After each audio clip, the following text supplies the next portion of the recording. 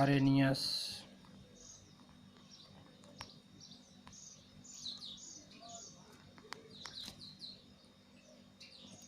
की अवधारणा।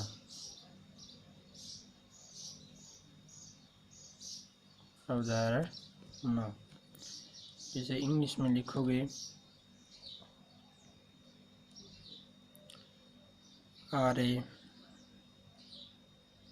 Arrhenius theory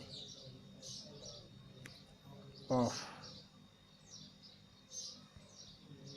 acid and base. अम्ल और क्षार के प्रति जो अवधारणा देते हैं इसमें क्या कहते हैं, पहले अम्ल की परिभाषा क्या देते हैं, आरेनियस अम्ल एसिड।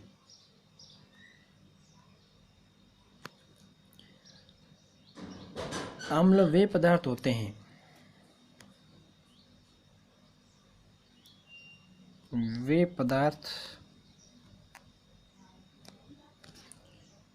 जो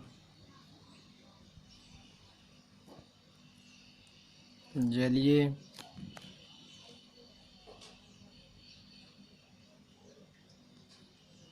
विलयन में अपघटित होकर H+ आयन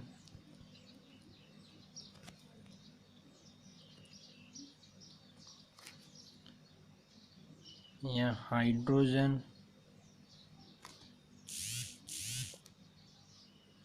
आयन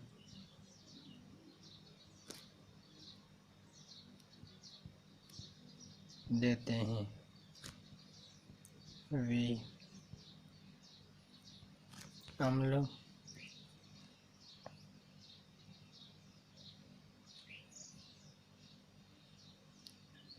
कहलाते हैं। और HCl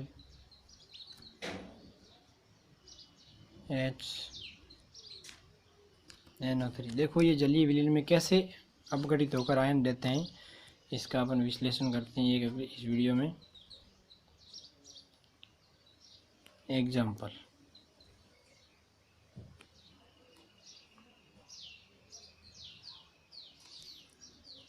जैसे मानो ये HCl, ये मैं लिख रहा हूँ यहाँ पर एक्वा।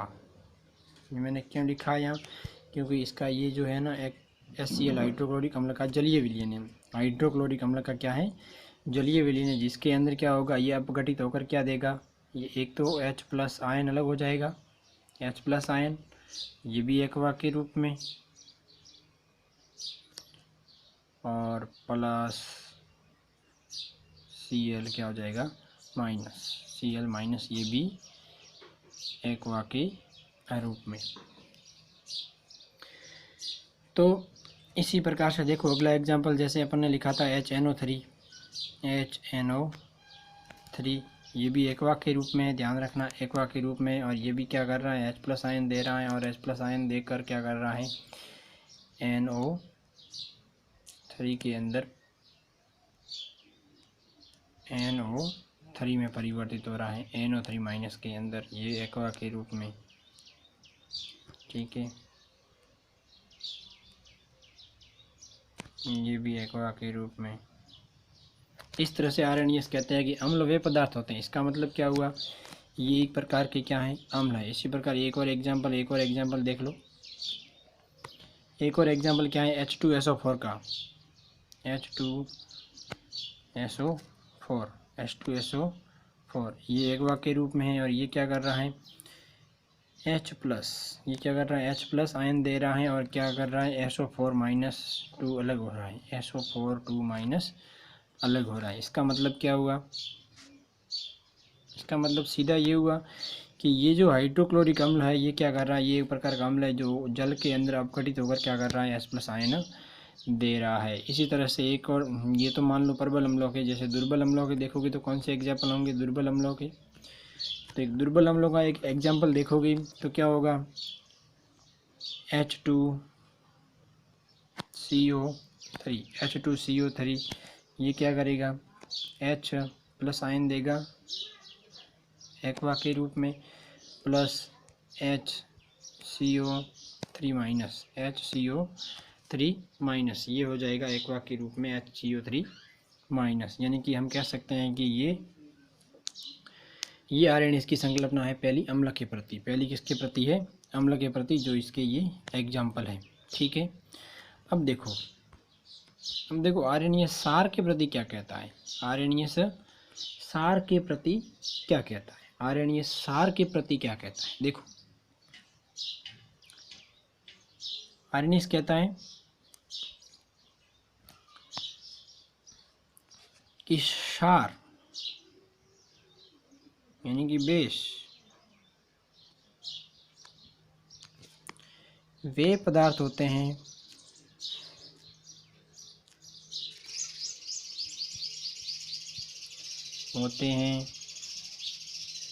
जो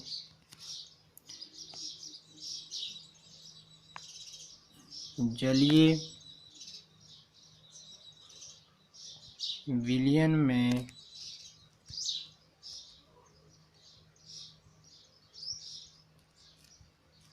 अपघटित होकर OH माइनस या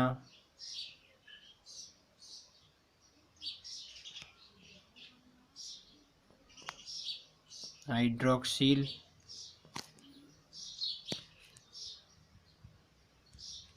आयन देते हैं। वे पदार्थ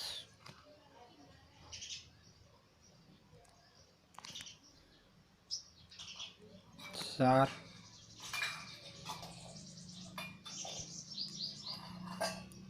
कहलाते हैं। वे पदार्थ क्या कहलाते हैं, सार कहलाते हैं। उदाहरण देखो, उदाहरण क्या देखोगे आप, एग्जाम्पल क्या देखोगे, एग्जाम्पल देखोगे जैसे पहला KOH NaOH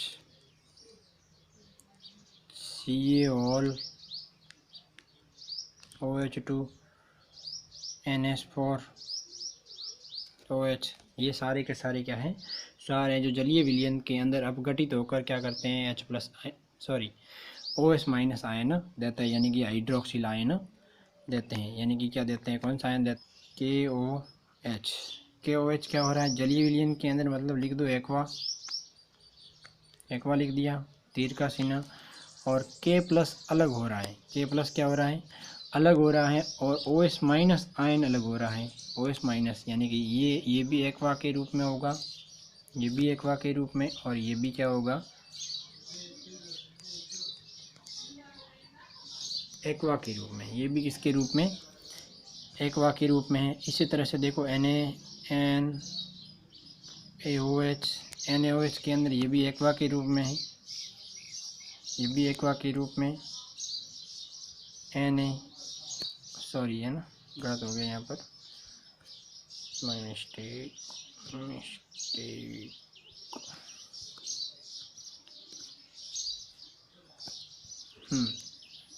Na plus OH minus aqua के रूप में, यानी कि यहाँ पर भी हाइड्रोक्सिल आयन और यहाँ पर भी हाइड्रोक्सिल आयन। अगर बात करोगे प्रबल और दुर्बल में, तो ये तो आएंगे इस प्रबल आएंगे। अब दुर्बल की बात करोगे तो क्या होगा, अगर आप दुर्बल की बात करोगे तो दुर्बल में क्या होगा, दुर्बल की बात करोगे तो दुर्बल में क्या होगा, पहला CaOl OH2 तीर का चिन्ह Ca2 plus OH minus ion. दूसरा एक और एग्जाम्पल देखोगे, दूसरा एग्जाम्पल कौन सा होगा, NH4 OH NH4 NH4 plus OS minus. ये सारे क्या करते हैं, हाइड्रोक्सिल आयन देते हैं। इसका मतलब ये क्या कहलाएंगे, क्षार। क्या कहलाएंगे, क्षार। यानी कि आरएनएस के अनुसार हमने दो देखे, अम्ल और क्षार में अलग अलग परिभाषा देखी कि क्षार वे पदार्थ होते हैं जो जलीय विलयन के अंदर अपघटित होकर क्या देते हैं, OS माइनस यानी कि हाइड्रोक्सिल आयन देते हैं, और अम्ल वे पदार्थ होते हैं जो जलीय विलयन के अंदर अपघटित होकर हाइड्रोजन आयन यानी कि H+ आयन देते हैं। वे क्या कहलाते हैं, अम्ल कहलाते हैं। ये संकल्पना है आरएनएस की। देखो आगे, अब इनमें प्रबल और दुर्बल में क्या फ़र्क होगा। प्रबल और दुर्बल में दोनों बेसिक बातें हैं, एक बार देख लेते हैं। प्रबल और दुर्बल, प्रबल और दुर्बल।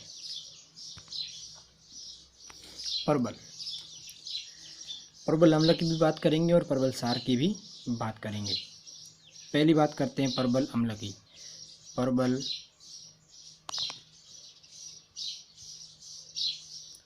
अम्ल यानी कि स्ट्रॉन्ग एसिड। परिभाषा क्या बनेगी स्ट्रॉन्ग एसिड की। स्ट्रॉन्ग एसिड की परिभाषा बनेगी कि वे पदार्थ जो जलीय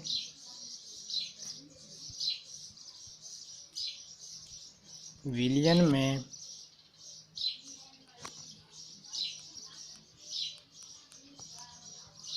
अपघटित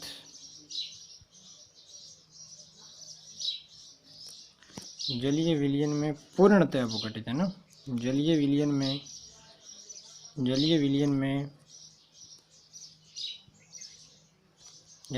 में पूर्णतः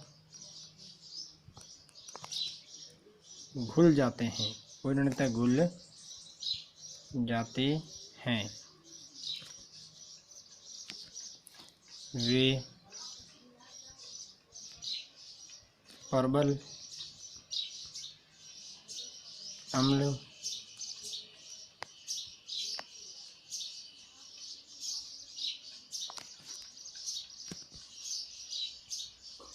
कहते हैं। उदाहरण के लिए प्रबल अम्ल का HCl, H2SO4,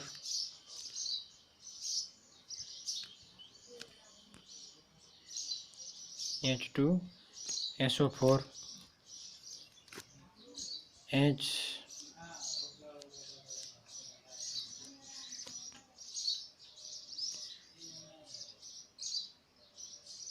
HNO3। ठीक है, ये प्रबल अम्लों के एग्जाम्पल है। अब देखो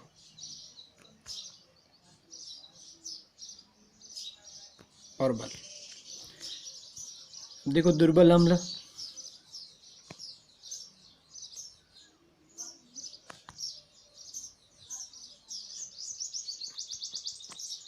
दुर्बल अम्ल क्या होते हैं, दुर्बल अम्ल वीक एसिड,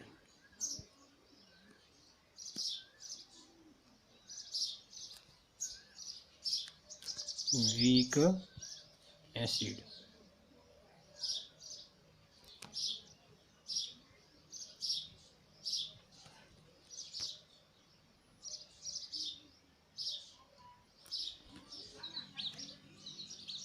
जो जलीय विलयन में पूर्णतः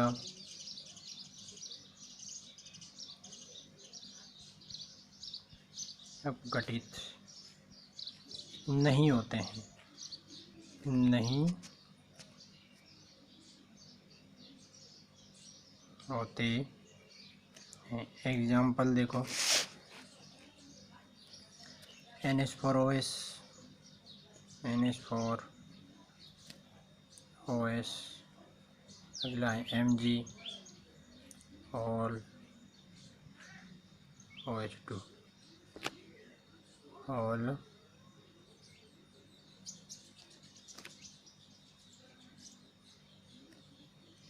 OH2। ठीक है, ये है अम्ल। अब देखो परबल सार क्या होते हैं।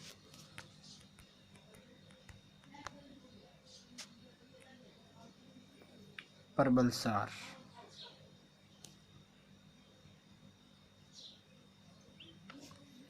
परबल सार क्या होते हैं। वे पदार्थ जो जलीय विलयन में पूर्णतः वे पदार्थ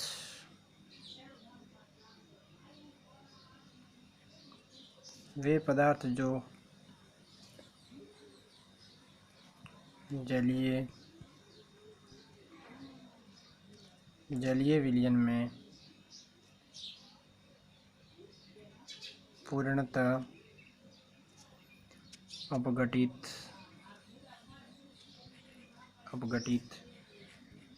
हो जाते हैं। उदाहरण के लिए KOH, NaOH,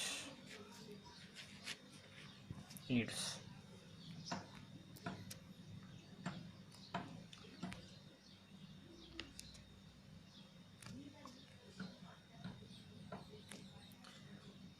ये परबल सार है तो परबल अम्ल नहीं, सॉरी,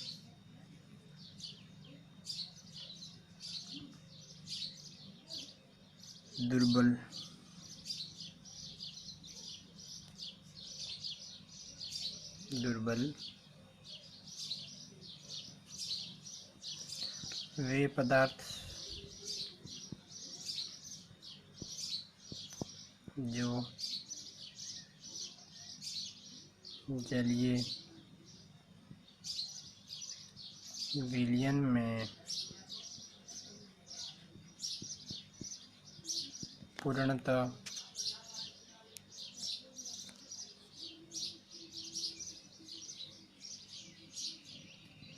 अपघटित नहीं होते हैं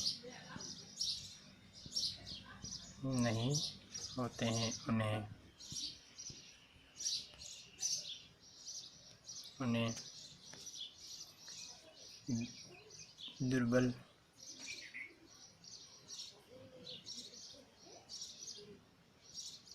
सार कहते हैं। इनके दुर्बल सार क्या होते हैं कि वे पदार्थ जो जलीय विलयन में पूर्णतः अपघटित नहीं होते। मतलब कुछ मात्रा में उनके जो अवशेष होंगे वो नीचे उसके पैंदे के नीचे रह जाएंगे। उदाहरण क्या है इनके, एग्जाम्पल,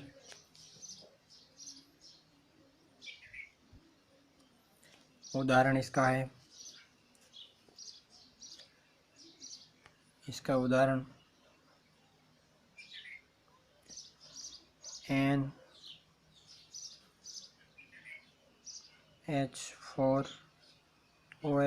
NH4OH और दूसरा जो उसका एग्जाम्पल है वो है Mg और OH2। ये क्या होते हैं, जल के अंदर पूर्णतः अपघटित नहीं होते, मतलब कुछ मात्रा। आरएनएस की संकल्पना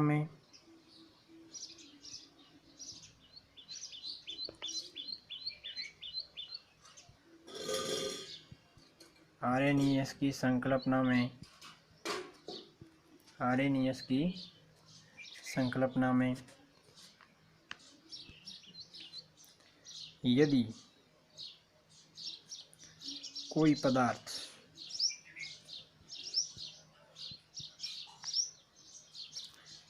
H+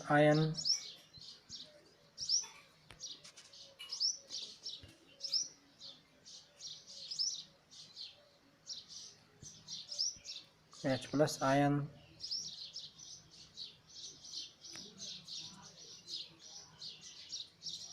देता है तो वे अम्ल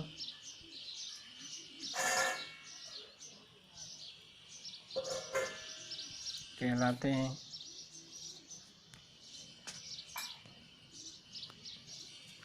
और यदि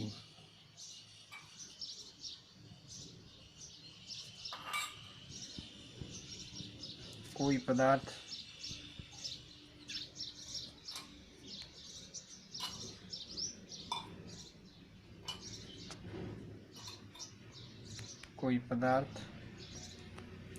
जलीय विलयन में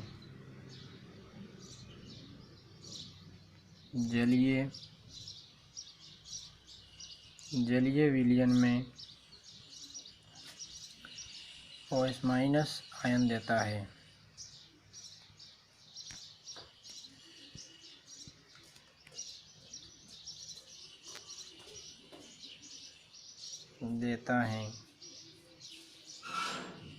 तो वे क्षार कहलाते हैं।